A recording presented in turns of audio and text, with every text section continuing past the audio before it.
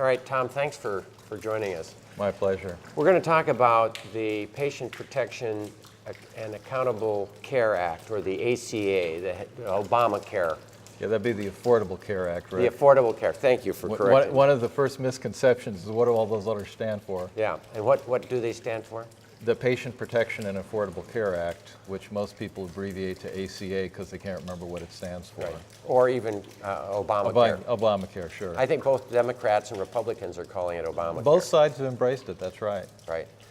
You know, it's a political issue. We don't want to be on any political side. I agree. But it is something that's been passed. My question is, do you see it as primarily making first steps toward controlling costs, or do you see it as first steps towards providing access to health care for the people of the United States? Both. I think it is an important step forward, Rick. We are facing an unsustainable spiraling of the cost of health care in this country.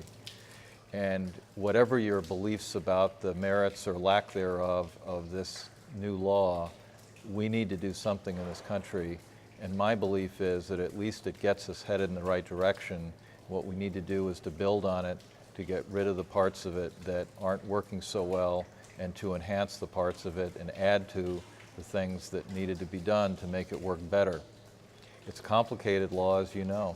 It's very complicated. The thing that's ironic is just about any law that comes out of our Congress today is complicated. And what my friends tell me who are experts in law and legislation is this one's actually not particularly more complicated than the average bill that's coming out of Congress today. Right. And one of the reasons it's complicated is because there's a lot of problems with our healthcare system, and it's trying to attack multiple points. Yeah, it's doing not just one thing, it's That's trying right. to do a lot of things. So a lot of people say, oh, it's just about the individual mandate. That's just one teeny tiny little part of it. And the hundreds of other things that it's doing aren't particularly controversial. Well, people aren't discussing them, but they're important. Right. Let's ask about the insurance reform. You know, prior to this, how would you say insurance was posturing itself in order to compete against other insurance companies? So before the act, effectively, in order to get insurance, you had to work for an employer that offered insurance as a health benefit to employment. You know, it goes all the way back to World War II. Before World War II, employers didn't tend to offer health insurance.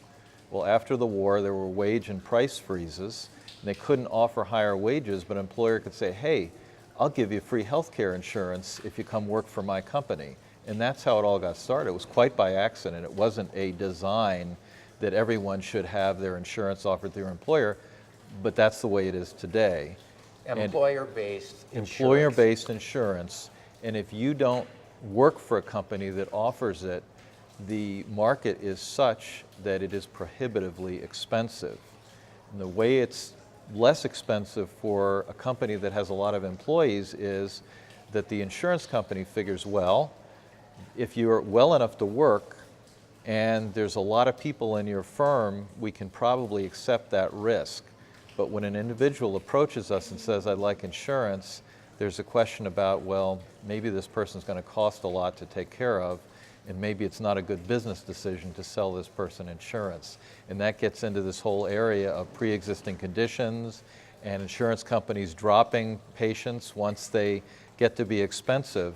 And so the thought was, well, how are we going to change the system to allow those individuals who aren't part of a big employer group to buy into insurance? And that's really what's at the core of the individual mandate, because you can't have a situation where the insurance companies can afford to take everybody on if they can't also have some assurance that everybody is going to be participating, because you need to spread the risk out over a large group and not just have the people who are super sick wanting insurance. Now, there are those who say that instead of reforming insurance to make it so that it covers people and that insurance companies then have to compete by making the costs be controlled, instead we should have in this country gone towards a single payer system, or a one insurance that everybody has. Medicare, for example, is loved generally by the public. Let's just say Medicare for all. What's your thought on that idea? If it would work, I'd really be all for it. In other words, my goal is to have everybody covered. And if we can find a way that's workable, I guess I don't much care how it's done in the background. But when I talk to experts, they point out that you need to start from where we are today. And we need to move gradually to a future that covers more people. And the thought of the Affordable Care Act was not to try to blow up the entire system of private insurance. It was to try to allow it to be developed, work with it, as you say. And I think that's an important thing to consider, that if you look at healthcare systems around the world, they built upon what they had. There's no instance that I know of where someone said, let's throw out everything we have and let's design a completely new system from the ground up. Right. Now, people talk about not only insurability or access to health care, but the other part is the cost. And some would say that the Accountable Care Act didn't, the Affordable Care Act didn't control the costs well enough. Doesn't take enough steps to try to control costs. What's your comment about that? So that is a commonly held conviction, that the Affordable Care doesn't do enough to limit cost increases. And I agree with that. It doesn't do enough, but actually does quite a bit. And several parts of the act that never get discussed have to do with reining in costs. So for example, the Affordable Care Act created a new part of Medicare called the CMMI, the Center for Medicare and Medicaid Innovation. And this is a part of the agency that runs Medicare, CMS, that is charged with trying to define new ways of paying for health care that are cheaper and better. And one of the amazing things about CMMI is if they find something that works, they can simply change the way Medicare works. They don't need anybody's permission. They don't need to go back and get new laws passed. So if they discover something that actually saves money for the system, they can just do it. We can go in that direction. Is that mega committee that is controlling everything that No. we've heard criticism? What is this big committee? So the committee that people are afraid of is IPAB, the Independent Payment Advisory Board. And the idea was taken from the Armed Services Base Closing Commission. The idea is when there's tough decisions to be made, politicians can't make them because they have to get elected. And so if you have an independent panel that studies the situation and makes recommendations, maybe that's a better way to control costs. I haven't yet met anyone who likes the idea of this Independent Payment Advisory Board. I don't much care for it myself. And so when I said there's problems with the ACA, that's one of them, okay? The thing, however, that's a complete misconception is this board is a rationing board. The law specifically prohibits the board from specifying treatments or services that won't be paid for.